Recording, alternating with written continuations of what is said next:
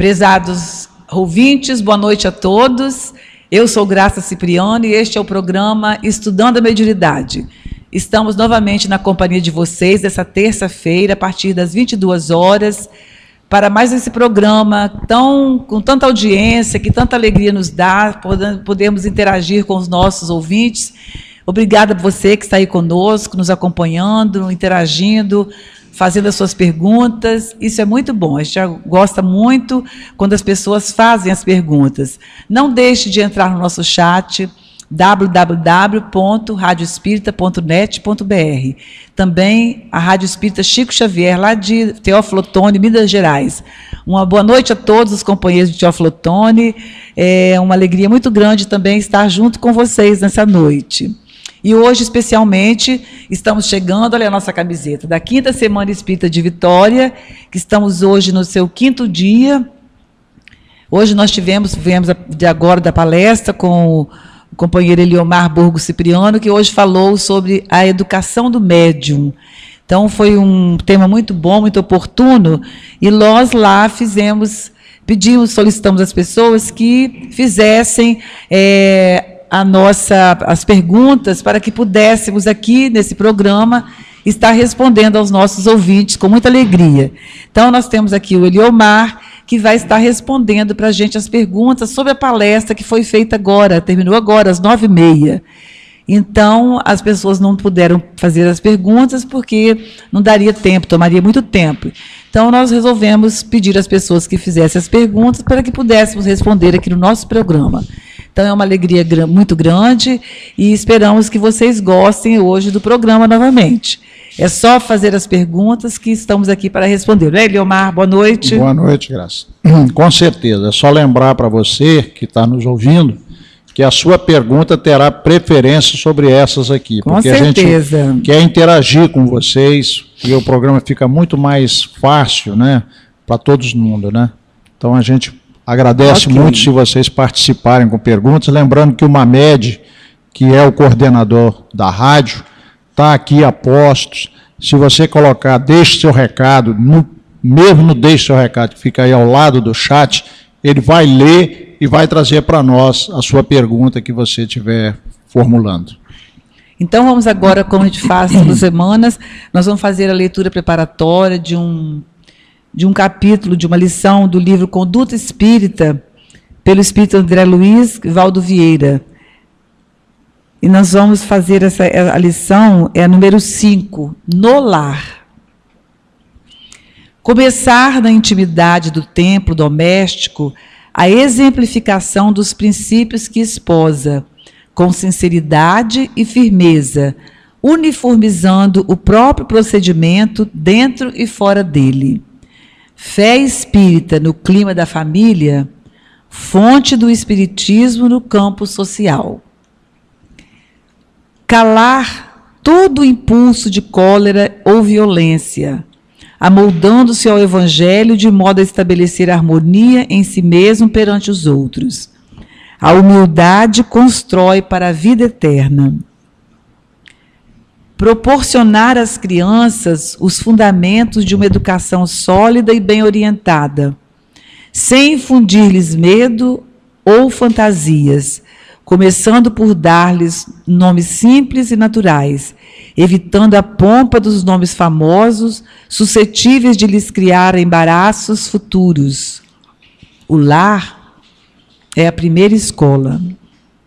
Será, sempre que possível, converter o santuário familiar em dispensário de socorro aos menos felizes, pela aplicação daquilo que seja menos necessário à mantença doméstica. A seara do Cristo não tem fronteira. Então, com essa lição da noite de hoje, nós vamos dar boas-vindas a todos vocês, pedindo sempre aos mentores espirituais, aos responsáveis por essa tarefa tão linda de divulgação da nossa doutrina, que estejam sempre junto de nós, nos orientando, nos intuindo, para que possamos realizar o melhor que pudermos em favor dos nossos ouvintes. Então, vamos agora a uma pergunta ao Eliomar, que foi feita hoje na reunião que ele fez na palestra da Semana Espírita de Vitória. foi falado sobre a educação do médium, né? Então, as pessoas perguntaram um pouquinho. Já tem uma Mas pergunta. antes, nós vamos ler aqui a pergunta do nosso chat.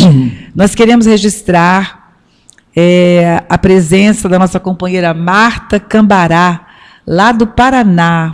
Boa noite para você, Marta, bem-vinda. Um abraço para você e todos os familiares. E também o do Carmo, de Guarapari, Espírito Santo, está nos assistindo. Boa noite, do Carmo. Boa noite. Um abração para você, seja muito bem-vindo, Eliomar. Isso aí. Boa noite, Marta. Boa noite, do Carmo. Muito bom ter vocês aí conosco. Parece que a Marta fez uma observação aí. A Marta está fazendo uma pergunta. Que ela quer participar dos estudos e ela precisa muito de orientações de como proceder nos estudos, que deve ser os estudos espíritas que ela quer fazer, né, Marta? Então, ela quer saber como ela tem que fazer, Eliomar, para se orientar melhor de como proceder na doutrina espírita, nos estudos. Ela não deixou claro para nós, né, Graça, se é dos estudos, no caso, a educação mediúnica ou estudos no modo geral. Deve ser de um modo geral, né? Ela quer participar e quer uma orientação de como proceder. Normalmente, o que a gente faz? Se a gente frequenta uma casa espírita, né, procuramos saber, junto à direção da casa, os companheiros que estão mais ligados à casa, quais são as atividades que eles realizam. E, geralmente, toda casa espírita tem reunião de estudos. É verdade. Né? A reunião de estudos ideal, viu, Marta, para quem está começando, é uma reunião chamada ESD, Estudo Sistematizado da Doutrina Espírita. Esse estudo é excelente, porque a gente começa a ter noção da doutrina espírita pela base. Com certeza. É um estudo, como ele mesmo fala, estudo sistematizado da doutrina espírita. Então, são pedagogos, principalmente, que o pessoal ligados à área da educação, né, que se ofereceram para contribuir com o conhecimento que tem, espírita e também da área específica, são professores, e montaram apostilas que ajudam, né, a conduzir esse processo de estudo de uma forma sistematizada, organizada, bem direcionada. Então, procure saber na casa que você frequenta, quer dizer, se você ainda não frequenta, você certamente vai procurar, né, se orientar para ver uma casa que você possa frequentar. Nessa casa que você frequenta ou venha a frequentar, procure saber se eles têm esse estudo sistematizado da doutrina espírita, eles chamam de ESD, e participe. Você vai ver que é a melhor maneira da gente estudar a doutrina espírita. Qual é uma vantagem? Que a gente faz em grupo, né, Graça? Estudo de grupo, então, discute, conversa, tem estudos de grupo, tem, né, a pessoa que comanda esse processo, o coordenador, ele usa diversas dinâmicas, diversas formas de abordagem, permite que a pessoa troque ideias, que é diferente da reunião, por exemplo, doutrinária, que é excelente, né? Normalmente a gente vai ouvir alguém que vai expor algum aspecto da doutrina que vai nos ajudar muito, mas normalmente a gente não pode interagir, não pode ficar perguntando, né? Não pode ficar questionando. Já o ESD permite você fazer isso. Viu, Marta? Espero que você seja feliz aí na sua escolha e que você consiga seu objetivo. Ok, Eliomar. A primeira pergunta de hoje, uma companheira perguntou assim: gostaria que você falasse sobre animismo e as suas manifestações na reunião mediúnica. É importante o animismo? O que você tem a falar para os nossos companheiros sobre o animismo? Toda vez que a gente conversa sobre esses assuntos, educação do médium, esse assunto animismo vem à baila, não tem jeito. Então, apesar de alguns companheiros já estar ouvindo a gente falar sobre isso várias vezes, mas a gente tem nós vamos ter sempre, né, Graça, que está abordando e sempre pedindo a compreensão dos companheiros que já conhecem o assunto ou que já ouviram, porque nós temos sempre alguém que está entrando, né, no rádio, aí, na sintonia conosco, está assim, ainda começando na doutrina, então a gente tem que ficar repetindo certas coisas, né, Graça? Não tem muito jeito. Então é só lembrar o seguinte: Kardec, né, quando ele estudou a mediunidade, e ele estudou a mediunidade a fundo, foi o primeiro cientista que efetivamente fez isso. Nós podemos dizer que Kardec fez ciência nessa área, quer dizer, pegou uma área que era assim, sempre existiu a mediunidade. A mediunidade existe todos os tempos, mas nunca foi estudada, né? Ela sempre existiu, simplesmente. Kardec estudou e sistematizou, organizou esse conhecimento, num livro, principalmente num livro chamado Livro dos Médiuns. E lá no Livro dos Médiuns ele já vai abordar a questão do animismo. Okay. Só que ele não usa a palavra animismo, porque animismo é uma palavra que foi cunhada por Aksakov. Foi um pesquisador espírita, né, que depois do trabalho de Kardec, num determinado momento, surge esse pesquisador, é um sábio russo, que estudou a mediunidade e ele observou aquilo que Kardec já havia observado, que nem tudo que acontece no fenômeno chamado mediúnico é realmente provocado pelos espíritos. Tem fenômenos que são provocados pelos espíritos desencarnados e tem fenômenos que são provocados pelo espírito do próprio médium. Então, a primeira dúvida que fica para as pessoas é o seguinte: mas se pode acontecer isso, será que então tudo que acontece não vem da cabeça do médium? E aí os espíritos vão orientar Kardec lá no Livro dos Médiuns, dizendo o seguinte: estuda e observa. Nós só vamos resolver essa questão do animismo se nós estudarmos e observarmos muito.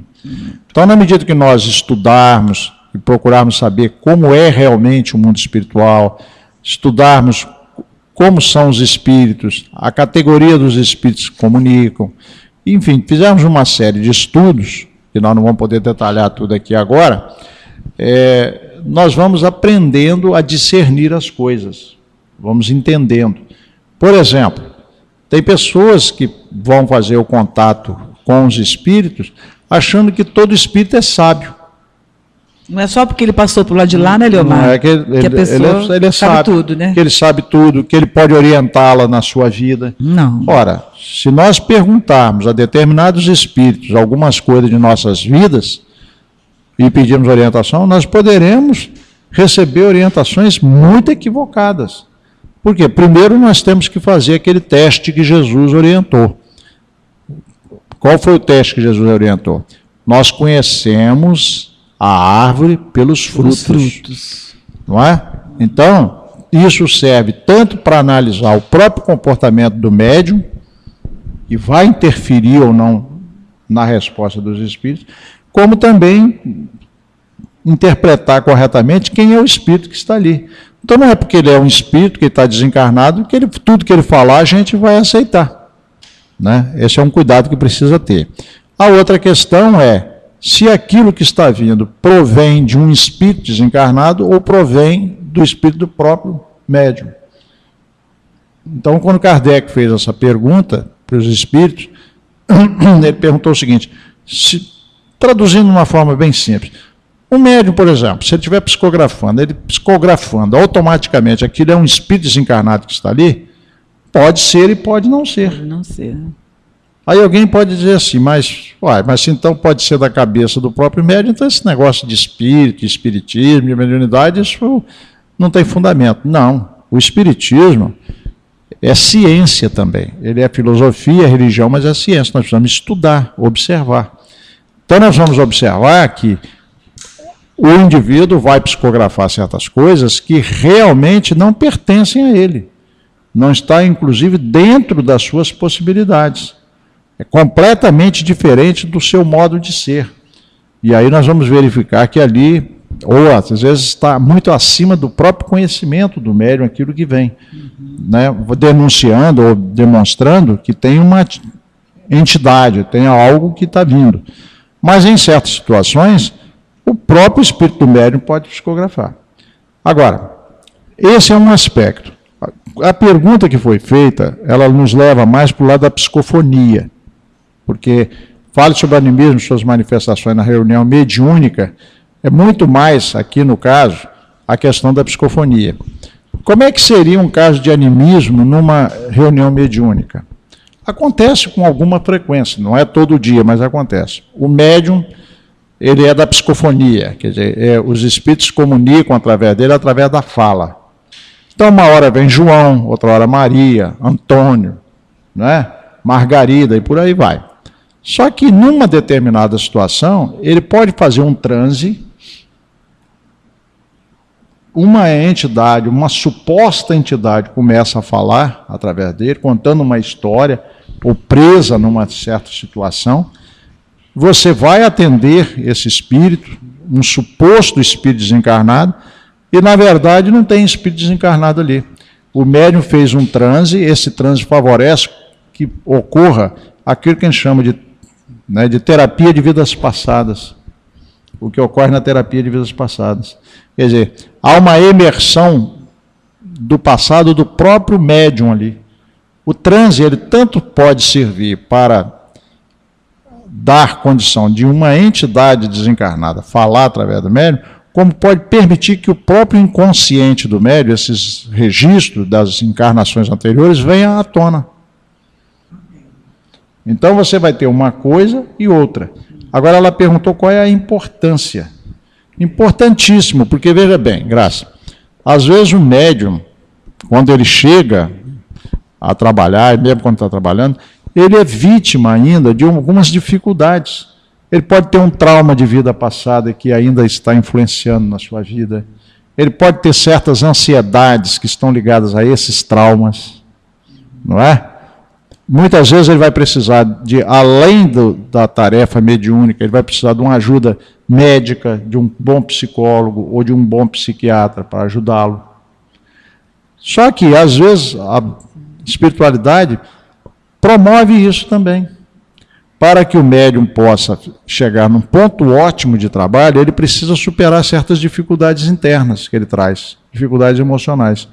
Então, os espíritos, em algumas situações, fazem o quê? Permitem que esse médium faça um transe e traga à tona, à superfície, alguns registros, entendeu, Graça? Alguma situação que ocorreu com ele próprio. Então, ao invés de ter uma entidade desencarnada ali se manifestando, é o próprio médium posicionado numa encarnação anterior ou uma qualquer lá de trás, mas que traz um conteúdo traumático, um conteúdo difícil. Se a pessoa que vai conversar com esse médium trabalhar adequadamente isso, faz uma terapia no médium. Então você vê o animismo funcionando como terapia, não é? E nada condenável, não tem nada de condenável nisso. Ok. Eliomar, nós queremos registrar aqui conosco, né, a presença da nossa companheira Patrícia, a Pati, lá de Porto Alegre. Obrigada, Pati. Boa noite para você. Seja bem-vinda. Abraço para você, viu? Ela disse que chegou agora para os estudos e outro dia ela fará perguntas. Hoje ela quer prestar atenção na aula. Bom, isso aqui não é uma aula, tá, Patrícia? Obrigado pela sua presença. Isso aqui é um bate-papo. Na hora que você quiser, tem aí, deixe seu recado, tá certo? Se alguma coisa do que nós estivermos falando aguçar sua curiosidade, alguma dúvida que surge, você gostaria que a gente abordasse melhor, alguma situação assim, fique à vontade. Você e quem mais estiver nos ouvindo, vai ali e coloque, né? Deixe seu recado. O Mamed, que é o nosso coordenador, está ali atento. Enquanto nós estamos aqui, ele está lá, monitorando o processo.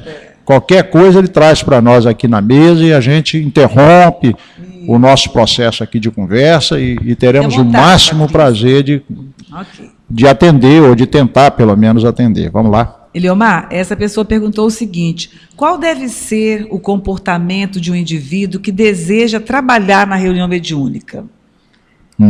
Às vezes a pessoa gostaria de, às vezes não está nem precisando assim, não está com problema, não está com, mas gostaria de trabalhar na reunião mediúnica.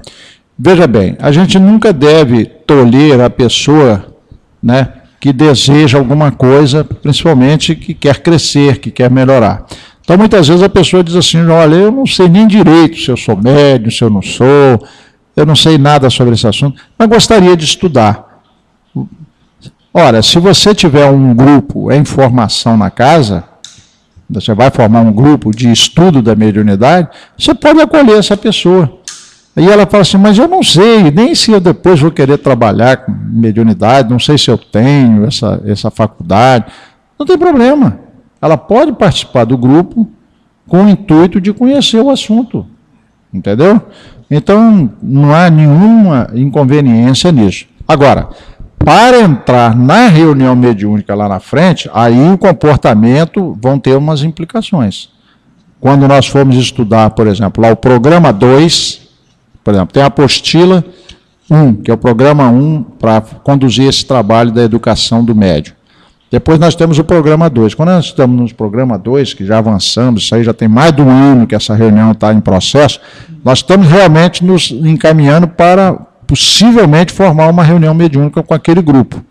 Aí você vai ver lá quais são as condições mínimas necessárias para a pessoa participar da reunião mediúnica. Ah, isso é muito importante. Entendeu, tem que ser Graça? da casa, né, Leonardo? Aí você vê que a federação orienta, mas aí é só lembrar, a federação orienta, ela não impõe. Mas ela está colocando ali quais são as melhores práticas que os espíritas, no Brasil inteiro, com essas milhares de centros espíritas, milhares de grupos mediúnicos que existem, como que eles chegaram à conclusão do que seria necessário a melhor prática para fazer isso da melhor maneira. Então, isso foi traduzido em umas orientações. Então, a primeira orientação. Qual é a primeira?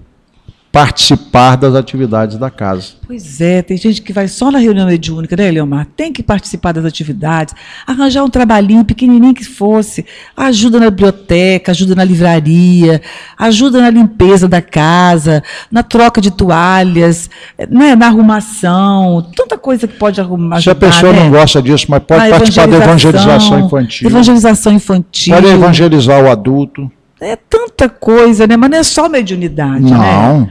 Então, mas pode participar do passe. Do passe. Começar a integrar uma tarefa de passe. Fazer a campanha do passe nas casas das pessoas, a caravana fraterna. É muito importante. Participar da tarefa de atividade social, ou né? Às vezes a casa tem uma atividade específica. De enxovalzinho de bebê. Ou visita a instituições, tantas coisas que a casa promove. Nossa, gente, tem muita... você pode... incrível a quantidade de tarefa que você pode ver no centro espírita, mas a gente não pode ficar indo só à reunião mediúnica. Então, Graça, muito importante isso, porque nós temos que quebrar esse paradigma que ainda existe. Algumas pessoas acharem que porque são médios, a tarefa dela é exclusivamente na área mediúnica. Então, se ela participar da reunião mediúnica, não participa de mais nada. Hoje, o consenso do movimento espírita é de que isso não é suficiente. Essa pessoa não tem o necessário comprometimento, envolvimento, até para poder efetivamente ajudar os espíritos na reunião mediúnica. Né? É uma pessoa que não está antenada, que não está vinculada, não é, Graça? Tá, então, o primeiro passo é ser trabalhador da casa. Para participar da reunião mediúnica. Para participar do estudo sobre mediunidade, não. A pessoa vai começar. A partir dali, na medida que ela estuda, que ela vai se orientando, ela vai se conscientizando, ela mesma vai tomando atitudes e decisões. Ok, Graça? Ok. E depois então, essa é a primeira coisa. Segundo, para participar da reunião mediúnica, é preciso estudar. Essa pergunta que eu ia te fazer agora. Por que Manuel sugere aos médiuns que estudem muito, Leomar? Então fala um pouquinho também disso aí. Isso está lá no livro O Consolador. Quando Emmanuel fala que o médium tem que estudar muito, é interessante porque, às vezes, o médium acha que, para praticar a mediunidade, não precisa nem estudar. Ele só quer entrar numa reunião mediúnica e fazer o transe né, e a coisa dali prossegue. Só que isso pode levar a enganos muito graves e, inclusive, a processos obsessivos. A pessoa está se entregando a uma tarefa séria, com grandes comprometimentos. Por que ele fala estudar muito, Graça? Eu diria o seguinte, vamos colocar alguns aspectos, nós até realçamos lá na palestra, mas é bom a gente falar de novo. Por que o médium precisa estudar muito? Porque a mediunidade é o assunto mais científico que nós temos dentro da doutrina. É o mais complexo. Para nós que gostamos um pouquinho dessa área assim, científica, né? Eu gosto de falar um pouquinho sobre isso, eu diria o seguinte, por exemplo, nós temos pesquisas na área da reencarnação. Né? Não é que eu tenha, não. Eu digo assim, o movimento, né? Existem pesquisas na área da reencarnação. E existem pesquisas na área mediúnica. A pesquisa na área da reencarnação, ela é complexa, mas não muito. Né? Agora, a pesquisa na área mediúnica, ela é muito mais complexa. Para entender o fenômeno mediúnico, nós temos o transe. O transe, nós estamos estudando transe há 35 anos e ainda temos muita dúvida sobre o transe, Graça. Por quê? Porque o transe envolve a mente e o cérebro do médium. É muito complexo. Você já imaginou a complexidade? Um fenômeno, por exemplo, o fenômeno mediúnico não acontece sem o transe. E o transe é o quê? O transe é um fenômeno da área psíquica, né? Você é um estado e alguns já não gostam mais que se use, um estado alterado de consciência, que traz reflexos direto na aparelhagem cerebral do médium. Então vai envolver mente do médium, vai envolver cérebro do médium. Se o fenômeno for anímico, você fica só com os componentes do próprio médium. É o espírito do médium, com sua mente, com seu perispírito, com seu cérebro e seu corpo. Mas se for um fenômeno mediúnico, você tem tudo isso e mais agora o espírito desencarnado, a mente do espírito desencarnado e o perispírito da mente do espírito desencarnado. Olha quanta complexidade que tem nisso. A questão da mente, por exemplo. Olha como é desafiadora a questão da mente, Graça. Você pega na psicologia quantas escolas existem diferentes para estudar a mente. O mesmo fenômeno, analisado por escolas diferentes, tem, automaticamente interpretações e procedimentos diferentes.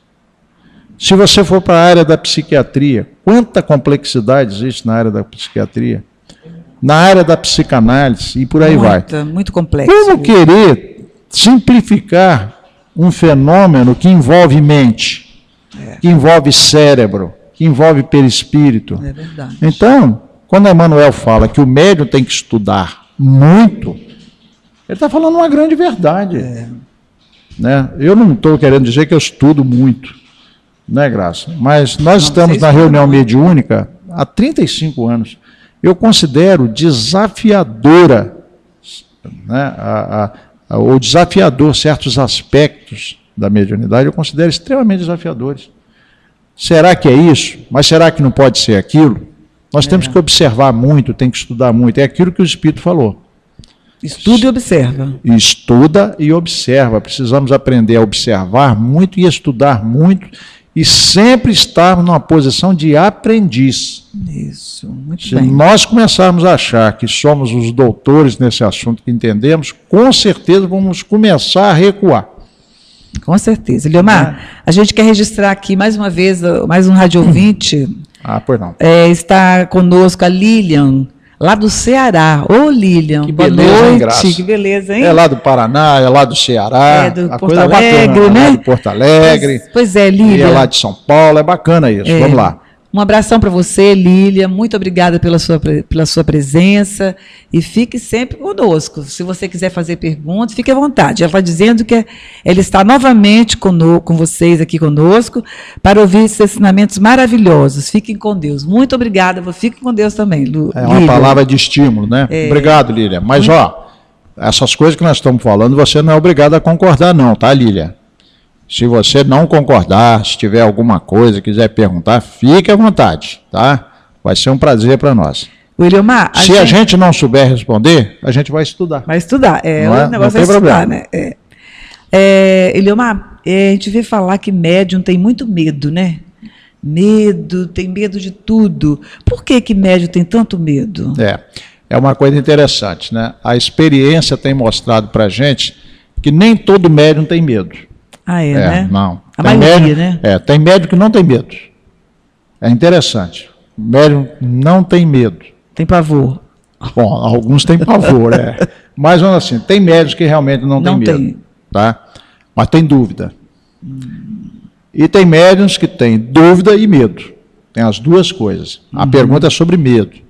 Né? Por que o médium sente tanto medo? Porque ele tem uma sensibilidade mais aflorada. Tá. Né? Ele entra num lugar onde todo mundo está se sentindo normal, ele está sentindo umas coisas esquisitas, está sentindo uns arrepios, está sentindo uma sensação no seu corpo estranha. Olha, para a maioria das pessoas, isso é assustador. Não é verdade, Graça? É verdade. Então, como é que o médium começa a perder o medo? quando ele começa a estudar. Por isso que entender, né, Leomar? Aí ele começa a estudar, começa a entender. Olha, quando você tem medo de uma coisa, na medida que você vai na direção daquele medo, ao invés de fugir, e começa a estudar sobre aquilo, começa a se orientar, o seu medo vai diminuindo. Você vai diminuindo a sua área de desconhecimento e vai ganhando uma área maior de conhecimento. Muitas vezes o medo vem exatamente do desconhecimento. Agora, pode não provir só do desconhecimento. Vamos supor que o médium, por exemplo, tem um obsessor. Infelizmente, isso acontece.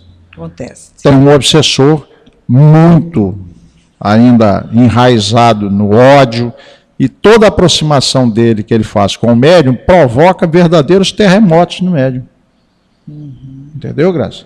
A aproximação mais intensa, quando ele entra numa vibração mais firme junto ao médium, o médium registra aquilo, ele consegue acionar sentimentos de culpa do médium, que é a grande tomada, segundo André Luiz, a tomada mental é exatamente a culpa. Então, esse espírito, quando ele se aproxima do médium, ele leva o médium a um extremo desconforto que provoca medo.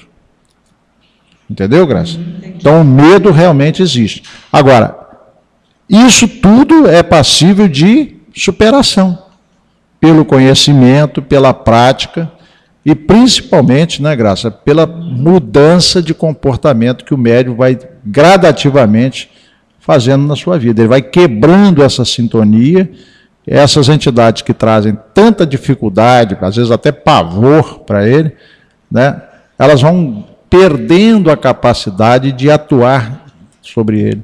Por quê? Porque ele vai saindo daquela faixa, daquela sintonia. Através de quê? Do estudo e da prática do bem. Ok. Leomar, a gente quer registrar também essa gracinha de pessoa, Ediane, nossa companheira da Rádio Espírita Capixaba. Puxa, ela estava com a gente lá. Ela estava com a gente agora há pouco. Ela está nos ajudando no chat. Agradecemos muito a Ediane, viu, Ediane? Muito obrigada pela sua ajuda, pela sua participação. Ela estava filmando a palestra da Semana Espírita. Ela e o marido dela. E o marido dela, o Rick. Graça, mas que bacana que foi, né, Graça? Os DVDs todos muito bem estruturados, muito Nossa, o Rick é uma pessoa muito bacana, muito caprichosa. Ele e a Ediane é um casal bacana, viu? E foram palestras de companheiros, inclusive de fora, que vieram, nossa, muito bem fundamentadas, né, Graça? Nossa, está muito trabalho bem. Todo muito bem estruturado. Anga Produções. Muito bacana. Temos que divulgar isso aí para os companheiros. O Fiorido, inclusive, lembrou lá, né, Graça? Precisamos... não é propaganda, mas se nós não ajudarmos, por exemplo, um evento como esse, ele traz orador de fora, tem despesa de passagem, despesa de hospedagem, hotel, tudo mais. De onde tirar esses recursos? Então, é uma forma tão bonita de tirar o recurso. Quer dizer, um companheiro como o marido dela e ela colaborando, o Rick, né? O Rick e ela trabalhando, montam esse DVD, e esse DVD, né, vendido a uma condição de um preço bem... R$10. Quer dizer, para quê? Para tirar recurso para custear um evento que trouxe tantos benefícios. E essa pessoa leva para casa um DVD que vai ser tão útil para ela. E para você presentear, olha que bacana. Você pode presentear uma pessoa. Uma pessoa, que bacana. Não é verdade? É um amigo, um presente. Quinta-feira vamos estar com todos os DVDs prontos. Quem quiser, é só nos telefonar ou passar e-mail para nós aqui da Rádio Espírita Capixaba. Muito bom. Nós queremos agora... Tem uma observação. Agora nós teremos aqui a companheira Patrícia, que esteve falando conosco agora há pouco. A Patrícia, ela disse o seguinte, Leomar, amigos, eu já teria que ter começado a trabalhar, entretanto, um lado meu ainda tem um pouco de medo. O que eu poderia fazer para amenizar esse sentimento? Tenho orado e pedido orientações, mas mesmo assim esse sentimento não vai embora. A gente falou agora, Leomar, do medo que o médium tem, né? Vamos reforçar mais um pouquinho. Fala para a Patrícia aí. Né, essa questão do medo... É a Pati, lá de Porto Alegre. Exatamente. O médium sentir medo é uma coisa extremamente comum, tá? E quando a gente vai conversar com o médium, né, que ele diz dos medos dele, a gente costuma até falar com ele, fala assim... Vamos voltar lá para a sua infância, vamos ver como é que era. Normalmente essas coisas já aconteciam lá na infância. Tinha medo de escuro, tinha medo de ficar sozinho em casa. De dormir sozinho no quarto. Ou então dormir sozinho, ou então tinha pesadelos, não é? Tinha umas sensações esquisitas de vez em quando, e por aí vai. É muito comum, né, Então Leonardo? é muito comum. E isso não sendo, vamos dizer assim, trabalhado adequadamente, pode ir até a fase adulta. Às vezes ele supera certas coisas com o tempo, mas certas coisas podem permanecer. Então, qual é o primeiro caminho para a gente superar o medo? É aquilo que nós estávamos falando. Participe de um grupo, comece a estudar. A primeira coisa que você vai ver é que esses estudos de grupo, eu costumo brincar, né, Graça? Hoje mesmo falava lá na palestra. Esses grupos de estudo, para mim, são grupos de AA. O que é AA? Ansiosos anônimos, não é alcoólicos anônimos. São os ansiosos anônimos. A pessoa senta com essas dificuldades que a Patrícia tem. Aí ela começa a participar de um estudo. Depois ela descobre que tem uma outra pessoa que tem coisas semelhantes. Mais importante que isso, ela descobre uma outra que já teve o que ela tem e superou. Exato. Então, isso e aí aquilo dá uma mensagem, né, para ela, diz assim, mas então essa coisa que eu tenho estranha, tem solução? Então, por exemplo, quando o médium inexperiente conversa com o médium experiente, quanto benefício ele recebe da experiência do... Isso que é bom estudar, né? Não é? Mas se ele se isola, como fazer isso? Mas se ele está ali em conjunto... Aí o medo até aumenta às vezes. Exato, e pode aumentar. O medo pode aumentar. Pela ignorância e por alguns processos que podem se intensificar. Mas quando ele começa a estudar, ele já começa a esclarecer. Ou seja, ele começa a ir na direção daquilo que o amedrontava. Tem médium, Graça, você sabe disso. Tem médium que quando ele não é ainda espírita, ele não gosta de ir a enterro, não gosta que fala de espírito, se falar de espírito ele não dorme à noite. Eu morri de medo, Eliomar. Você lembra? Nossa, eu tinha medo, nossa. Você lembra? Ó, Graça. Tinha medo de olhar um defunto no caixão. Nossa, hoje em dia, como a gente olha tudo naturalmente, né? Pois é, mas por que foi isso? O que te levou a superar isso aí? Isso aí é participando dos estudos, das reuniões. Você começou a ver a morte de uma outra forma, a vida após a morte de outra forma. É diferente. Os espíritos desencarnados não são mais da assombração. Não. Quantos medos decorrem da forma errada como nós fomos educados? Com Imagina uma criança que, quando era menorzinha, né, como criança realmente, a mãe ou alguma babá desavisada ou alguém desavisado fazendo ameaças do tipo, olha, se você não se comportar direito, o bicho-papão vai te pegar. Como é que fica isso na mente de uma criança? Não é, Graça? É verdade. Depois o indivíduo está adulto e esse bicho-papão ainda está lá na mente dele de alguma maneira. Entendeu? Porque isso não sai magicamente. Então, na medida que você vai estudando, vai se esclarecendo, mas eu estava falando uma coisa que gostei muito de lembrar aqui, Graça, que às vezes a gente, por exemplo, eu me lembro de uma companheira nossa, Lulu. A Lulu foi uma médium extraordinária. Mas a Lulu, para começar na mediunidade, ela passou pelo processo da obsessão. E a Lulu teve um processo de obsessão muito insidioso. Ela dizia o seguinte, que ela ficou vesga. Você imaginou? É uma coisa que a gente nem consegue imaginar, que uma pessoa no processo obsessivo tenha estrabismo. Ela teve uma doença séria de pulmão que fez com que ela ficasse internada anos com problema de tuberculose. E isso estava associado a processo obsessivo. A Lulu sofria horrores com a obsessão. Ela se educou, se aprimorou, né, é aquilo que se fala, se autoevangelizou, entrou na tarefa mediúnica, não ficou restrita à tarefa só lá na mediúnica, foi desenvolver outras tarefas no bem, criou um campo de afinidade com os benfeitores e ganhou um equilíbrio extraordinário e se tornou uma pessoa extremamente útil como alguém que pessoas que estavam em processos semelhantes buscassem apoio. E ela então dizia, não, isso tudo que você está sentindo eu já senti. Qual é a mensagem que a pessoa está dizendo indiretamente? Olha, se o que você está sentindo eu já senti e melhorei, você também pode melhorar. Não é isso? Isso você consegue onde? Nesse convívio dos estudos, não é? Okay. Por aí. Então, Patrícia, essa questão do medo, eu poderia, só para fechar essa conversa nossa aqui, dizer o seguinte: não só os espíritos superiores falam, mas também os psicólogos, os estudiosos da mente falam. A melhor maneira de lidar com o medo é enfrentá-lo.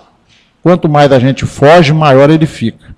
Quanto mais a gente vai na direção dele, mais fácil vai ficando, ele vai diminuindo a sua intensidade. Só que isso tem que ser feito com critério, não é? Ninguém vai enfrentar situações que estão realmente muito acima da sua possibilidade.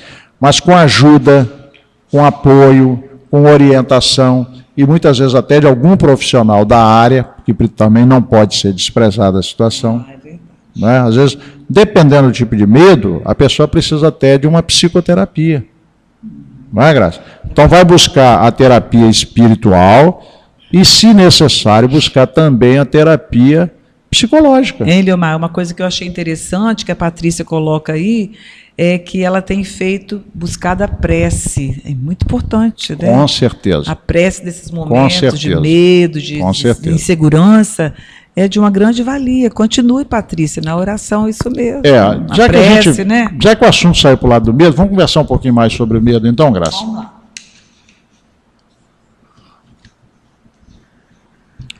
Então vamos começar a conversar um pouquinho sobre o medo, já que o assunto veio à baila aqui, parece que é importante. Primeiro, entender o seguinte: o medo é um sentimento, e é um sentimento normal. Todo ser humano tem medo. Deus nos deu os sentimentos com uma razão, né? Então, o medo tem uma finalidade, que é de preservar a nossa vida. Então, por exemplo, uma pessoa que se aproxima de um lugar muito alto e ela corre o risco de cair lá de cima, ela sente um impulso natural de voltar. Isso é medo. Mas esse medo é um medo normal. Se a pessoa vai atravessar uma rua e vem um carro em alta velocidade e ela percebe que pode ser atropelada, ela recua. Esse medo está atuando de forma natural, normal e necessária. Então, o medo, esse sentimento, nesse nível, nada tem de errado. Qual é o problema do medo, Graça? É quando ele sai dessa faixa de normalidade. Ele se torna um medo doentio, um medo excessivo. Aí é a chamada fobia. Então, por exemplo, a pessoa, né, tem esse medo de atravessar a rua. Tudo bem, isso é normal. Mas a partir da hora que ela começa a ter medo de sair à rua, querer ficar dentro de casa com medo, porque se sair à rua corre risco, isso já entrou no campo da fobia. Então precisa de ajuda, muitas vezes médica, de um psicólogo e também espiritual. Então, não podemos assim aqui detalhar, porque não sabemos a profundidade do caso, viu, Patrícia? Mas o medo, ele precisa ser olhado com esse carinho. Agora, todos os especialistas, inclusive os espíritos, falam: a melhor maneira de lidar com o medo é não fugir dele. Ok. Tá? Buscar soluções. Leomar, mais uma presença aqui no nosso chat da companheira Cristina, lá de Ribeirão Preto. Olha aí, ó, Ribeirão Preto, São Paulo. Cristina, muito obrigada pela sua companhia, continue conosco, é uma alegria muito grande ter você como nossa parceira aqui, nossa companheira, hein? Ela está dizendo boa noite para nós, Leomar e Graça. Me desculpe, mas não pude chegar antes do horário do início. Não tem problema, a hora que você chegar é muito bem-vinda. Por favor, não deixe de dar o meu boa noite ao casal. Obrigada. Muito boa noite a você, obrigado. A seus familiares. Viu, Cristina? Muito bom ter você conosco. E não deixe, na próxima semana você está aqui de novo. Terça-feira, se Deus quiser. Valeu, Cristina. Muito obrigado aí pelo seu apoio. Hein? Muito então, bacana esse carinho de vocês. Esse carinho nos alimenta. Para a gente continuar o trabalho, né, Graça? Vamos lá. A gente sabe que muitas pessoas, a mediunidade, ela eclode de uma maneira assim, simples, normal, mas tem outros que a mediunidade eclode assim, de uma maneira muito difícil, como acho que é provacional até. Então, como como reconhecer isso e como lidar com isso, quando a pessoa sente essas dificuldades muito grandes e às vezes ela não consegue dar conta. Uhum. Como fazer? Primeiro, né, Graça, só reforçar isso que você já colocou, mas reforçar. A mediunidade ela pode eclodir em qualquer época da vida. Desde criancinha? Pode ser na infância, muito pequenininho, pode ser em qualquer outra época da vida, inclusive até na velhice. Tem pessoas que dizem assim, eu não tenho mediunidade, eu não senti nada, não vejo nada e tal. Isso não significa que lá nos 45 anos de idade ela comece a ter algumas manifestações. Né? A eclosão pode se dar em qualquer época da vida, tá certo? Ok. Então essa é a primeira coisa. A segunda coisa é que essa eclosão, ela ser suave, tranquila, é uma minoria. São poucos casos. Né? Mas esses casos são bons que eles aconteçam, por quê? Porque provam que a mediunidade em si não é doença, a mediunidade em si não é desequilíbrio. Tanto que essas pessoas veem, ouvem os espíritos, ou psicografam, ou têm a psicofonia, ou têm lá outros fenômenos, e não sentem aqueles efeitos desagradáveis que outros médiuns dizem que sentem. Então, isso quer dizer o quê? Que não é a mediunidade que traz essas dificuldades. Se a pessoa tem a mediunidade e tem essas dificuldades, existe um algo mais ali a ser analisado. E aí nós vamos chegar na eclosão provacional. Tá? Agora, parece que você quer interromper por alguma coisa, mas nós temos que voltar lá para falar da eclosão provacional, tá, Mas Graça? é muito interessante o que a Patrícia, Paty, tem relatado. Ela disse que agora foi falado em doença. Desde que a minha mãe faleceu, adquiri uma dermatite crônica. Estou há 4 anos trocando de médico e nenhum resolve. Será que meu problema pode ser espiritual? Pode. Já vimos casos, né, Leomar, desse, Pode. Né? Existem casos e mais casos dessa natureza. Agora, quando a gente fala espiritual, significa, pode ser um processo de obsessão e pode ser um processo de auto-obsessão. Não necessariamente tem que ter alguém de fora. Nós podemos estar com tamanhos conflitos internos que isso nos leva a um estado de ansiedade que muitas vezes ele vai se desbordar pela periferia, no caso, o processo de pele. Então, só para ter uma ideia, viu, Patrícia? Por exemplo, o doutor Dias da Cruz, hoje espírito, desencarnado, foi presidente da Federação Espírita, médico. Ele deu uma psicografia pelo Chico, muito interessante, que está num livro chamado Instruções Psicofônicas. Ele vai mostrar a relação que existe de alergia e obsessão. É mesmo? Ele diz que a alergia está relacionada com a obsessão, ou seja, determinados espíritos que se aproximam de nós com essas nossas histórias que temos lá de trás, que atuam sobre o nosso psiquismo, muitas vezes nos levando a desajustes emocionais, tristezas inexplicáveis, ansiedades, esses quadros que normalmente se classificam como transtorno de ansiedade, transtornos de humor, no caso da depressão e etc. Né? Essas atuações, elas podem desencadear uma série de respostas orgânicas. Então a pessoa passa a ter uma enxaqueca, e não tem solução. Quantas pessoas têm queixa? Tem pessoas que passam a ter dores musculares, dores, né, nas costas, urticária, esses processos, então, na área da dermatologia, distúrbios dermatológicos diversos estão relacionados, entendeu? Então eu acho o seguinte, se ela diz que desde que a mãe dela faleceu, ela adquiriu uma dermatite crônica, ela está mais ou menos dando uma indicação aqui para nós, né, Patrícia?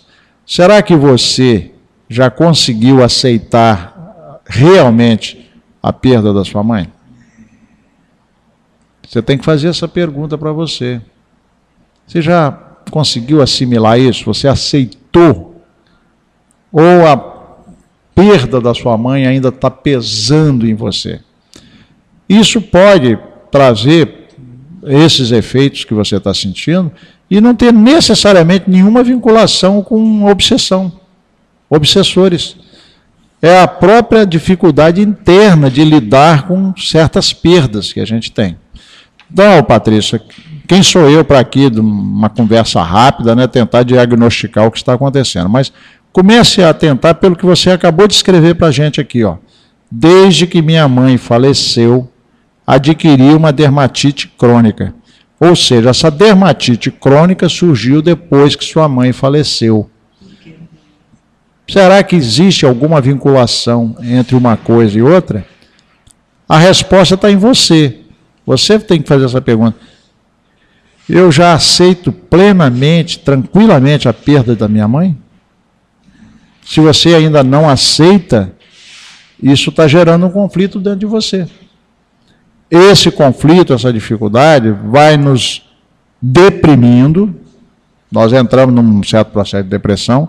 E uma das coisas que acontece, que já estão muito testadas, os médicos, mesmo os materialistas já falam nisso, viu, Patrícia? A queda das defesas do nosso imunológico, do nosso organismo. Baixa a imunidade mesmo, Patrícia. A baixa, sim. Olha, Patrícia, isso é um negócio tão sério hoje, que já tem médicos que fazem o seguinte: se a pessoa vai fazer uma cirurgia, eles na véspera ou 2 dias antes, por exemplo, já internou o indivíduo para fazer a cirurgia. Na véspera, na noite anterior à cirurgia, se ela vai ser no dia seguinte, eles procuram observar o estado do paciente. Se ele estiver muito deprimido, eles não operam. Por quê? Porque sabem que a depressão baixa a imunidade. Essa pessoa poderá ter uma série de complicações. Já há essa consciência. É claro que se for um caso crítico, eles vão ter que fazer de qualquer maneira, mas Leomar, já se tem esse cuidado hoje. Essas são as doenças psicossomáticas, né? São as doenças psicossomáticas. Você vê que isso já vem lá do século anterior, no século XX, os médicos foram percebendo que muitas doenças tinham vinculações diretas com o psiquismo. Mas olha, Graça, tem gente que ainda fala assim, não acredito nisso, né? Não acredita nisso. Mas, gente, é uma coisa tão fácil da gente comprovar e a gente entender. Se uma pessoa está alegre, olha como é que está o corpo dela quando ela está alegre, ela está rindo. Olha o estado emocional dela e o estado físico como fica. Se ela recebe uma notícia que a desagrada e ela muda o humor, como é que o corpo dela fica? Nossa, muda totalmente. Muda imediatamente. Então não podemos, por uma questão de humor, por conta de uma perda que a gente não está conseguindo assimilar, não podemos chegar ao ponto de fazer com que o nosso organismo reaja dessa maneira? É verdade. Do mesmo jeito que ocorre na pele, pode ocorrer no estômago, pode ocorrer de diversas maneiras. Tá, Patrícia? Olha com carinho isso aí, eu diria para você, além do médico, procure lá na casa espírita que você possa frequentar, ou os que já frequentam, tem um atendimento chamado atendimento fraterno. Comece por ele, converse com a pessoa que trabalha nesse atendimento fraterno, coloque a sua história com mais detalhe do que está aqui, e essa pessoa, se Deus quiser, vai te ajudar a encontrar esse caminho. Ok. Eliomar, nós queremos registrar mais uma pessoa no chat, a Ava. Está dando boa noite para você também, Ava. Prazer tê-la conosco, Ava. hein? Temos também a Eliane. Boa noite, estou aqui pela primeira vez. Também não falou de onde é, mas Eliane, bem-vinda, viu? Esteja conosco. Graça. Então, já que você falou, vamos pedir aos companheiros o seguinte: sempre que você colocar seu nome, tente colocar o nome e a cidade e o estado que você está, porque isso sempre nos dá assim, né? Não é, Graça? É bacana falar assim, eu sou, no caso, por exemplo, se fosse Ana, por exemplo, ou Ava, né? Eliane. De Vitória, mas Vitória é de onde? Pode ser do Espírito Santo, pode ser Vitória da Conquista, não é? Então, aí a gente vai formando uma ideia, né, das pessoas que estão nos acompanhando. Obrigada, então, Eliane, viu? Boa noite para você também. Temos também a Márcia Antônia Jardim. Muito obrigada também, Márcia. A Márcia está dando parabéns pelo programa, obrigada. O programa está bom porque vocês estão participando. É claro, né? Sem vocês isso não aconteceria. Parabéns pelo programa, é muito bom ver o crescimento da doutrina espírita e temos essa oportunidade de assistir esses estudos. Que Deus abençoe. Muito obrigada, que Deus abençoe a todos nós, né? Vocês isso aí, também. Márcia. Muito obrigado pelas palavras de incentivo, isso é muito bom. Mas faça também suas perguntas, nos ajude aí colocando suas questões. Temos também a Hilda, Eliomar, de Guarapari. Olha só. Boa noite, Eliomar, bacana. e graças. Esqueci de entrar no chat, fiquei quietinha, só ouvindo. Pode ficar quietinha também, não tem problema não, mas se você quiser fazer pergunta, fique à vontade. Pois é, essa Hilda, Eliomar, ela está no programa do Douglas de vez em quando, né, Mavede? Obrigada, viu, Hilda? Bacana. Você está aí conosco hoje. Abraço no Douglas, na Luziane, que também são companheiros da Rádio Espírita Capixaba. Lembrar para a Hilda, né, Graça, que se ela não quiser usar o chat, ela pode usar aquele deixe seu recado. Isso, deixa o recadinho. É só rolar, né, tem um monte de recadinhos lá em cima, você só rola ali, né, faz aquela rolagem. Quando chega mais lá embaixo, tem um lugar que você bota seu nome, você pode botar a cidade onde você está. Isso. E a partir dali você tem o campo próprio, você dá seu recado ali, pode ser uma pergunta e tal. Eliomar, tem outra companheira Flávia. No chat, Flávia. Obrigada, bacana. Flávia, boa noite para você. Que bom. A Flávia está dizendo o seguinte, Eliomar, que fazem 4 meses que meu cunhado desencarnou, eu e meu marido sentimos muita falta dele, mas eu sinto a presença dele em minha casa. Dá um atendimento fraterno. Ela é de Blumenau, Santa Catarina. Flávia é de Blumenau, que né, beleza. Santa Catarina. Tá, o Mamed fez uma interferência aqui. O Mamed, só lembrar, é o coordenador da rádio, ele nos dá todo o suporte técnico e fica lá monitorando. Então, no caso aqui, ele esqueceu de colocar que era de Florianópolis, mas tá tudo bem. Flávia fazendo essa pergunta aqui, né, Graça? Então, o cunhado dela desencarnou. Eles sentem muita falta dela, do cunhado. E ela está sentindo a presença dele. Olha, procura envolvê-lo em preces. Evita uma conversa direta, entendeu, Flávia? Nem sempre ele está preparado para isso e nem sempre nós estamos preparados também. São questões que a gente precisa estudar com um pouquinho mais de calma. Então, qual é o melhor procedimento? Né? Envolvê-lo na prece. E pedir aos benfeitores espirituais que o envolvam, que o protejam, que o encaminhem. Se você faz parte de uma reunião espírita, ou não precisa ser uma reunião mediúnica, de uma casa espírita, você pode colocar o nome dele lá no caderno de prece. Ou então, quando você está lá, geralmente tem, né? As casas espíritas têm um livro de preces. Ou então você leva o nome dele para as pessoas, pedem que façam intervenções. Quando você está lá, você lembra, pede que os benfeitores o possam acolher. E, naturalmente, ele vai receber a ajuda, se Deus quiser. Essa parece ser a melhor maneira de agir. Tá? A prece é de um poder impressionante. Aliás, você falou, e a gente não fechou bem, né, Graça? Para o medo, a prece tem um valor imenso. Por que a prece tem um valor imenso para o medo? Porque a prece nos conecta com Deus. Deus é força, Deus é coragem. Não é? Percebam bem, né? Isso são reflexões que qualquer um de nós pode fazer. A fé é o oposto do medo. E a oração reforça a nossa fé. Se reforça a nossa fé, reforça a nossa coragem. Os Espíritos vão dizer lá no Evangelho segundo o Espiritismo, com muita clareza isso. 3 coisas que nós pedimos na prece, se fizermos com fé e confiança, vamos sempre obter. É o quê? Coragem, paciência e resignação. Com essas 3 coisas, nós resolvemos tudo que nós precisamos na nossa vida. Para quem está com medo, que foi colocado aqui, a coragem. Para quem está impaciente, nós somos impacientes, a paciência. E para quem não aceitou uma perda, ainda não pode. A resignação. Ia falar agora, Eliomar, para você falar um pouquinho mais para a Flávia, que ela está sentindo muita falta natural do cunhado dela, que desencarnou. Mas fala com ela, Eliomar, do problema da aceitação. Porque às vezes ela não está aceitando, né? A morte. É natural, Flávia. A gente sentia a saudade, a presença física da pessoa. Mas é muito importante você aceitar, Flávia. Já é meio caminho andado, né, Eliomar? Com certeza. Você está falando, eu estou aqui lembrando, né, Graça? Tem uma mensagem do André Luiz, que nós já analisamos num programa anterior, quando não era nem som e imagem, era só som. Tem lá. Influenciações espirituais sutis, falando de todos esses desajustes emocionais que a gente tem. Mas o primeiro medicamento que ele pede é qual? Que a gente tome consciência do que está acontecendo. Não fuja do problema. Segundo que ele pede é a humildade, que é exatamente o quê? Aceitar. A aceitação digamos assim, é um remédio quase mágico. Ele é tão bom que é por isso que ele é difícil de ser tomado. Por quê? Porque ele vai exigir mudanças da parte nossa. Mas se nós mudarmos e passarmos a aceitar, esses tormentos, esses conflitos, eles caem de intensidade abruptamente. Né? E a prece vai nos ajudar, né, a fazer esse caminho da resignação. Diz Kardec lá claramente que nós podemos obter a resignação através da prece. E se nós obtivermos a resignação, nós pacificamos o nosso interior. O Mamed está dizendo aí, né? Podemos falar, Mamed?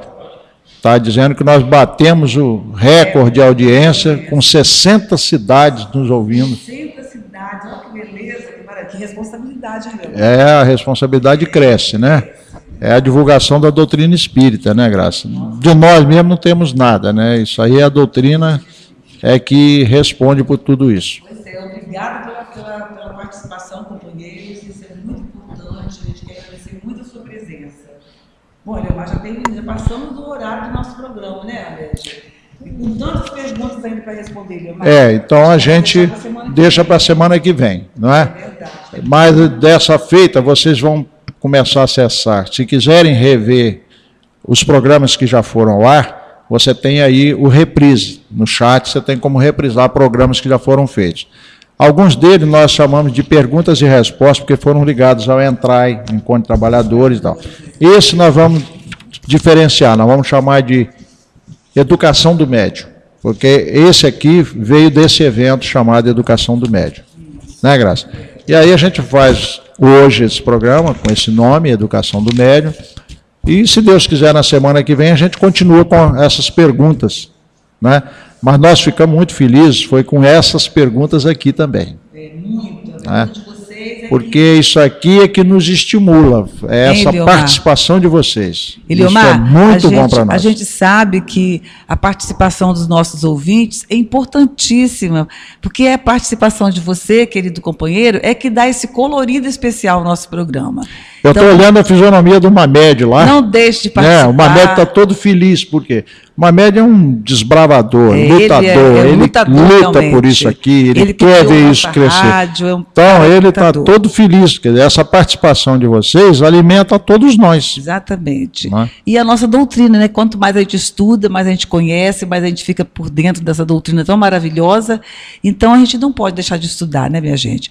Vamos, a semana que vem, nós estaremos novamente com vocês, na terça-feira, toda terça-feira, a partir das 22 horas, com mais um programa Estudando a Mediunidade. Isso aí. Como é bom a gente estar sempre estudando, né? Então, a gente quer pedir que vocês tenham uma boa semana e pedir na próxima semana estar junto conosco novamente, né, Eliomar? Isso aí. Então, uma boa semana para vocês. Muito obrigado pela audiência e participação de vocês. E que nós possamos continuar, né, Graça? Se Deus quiser. Um abraço a todos e uma boa semana, né, Eliomar? Isso aí. Para todos nós, tá bom? Muito obrigada e fiquem com Deus. Até mais.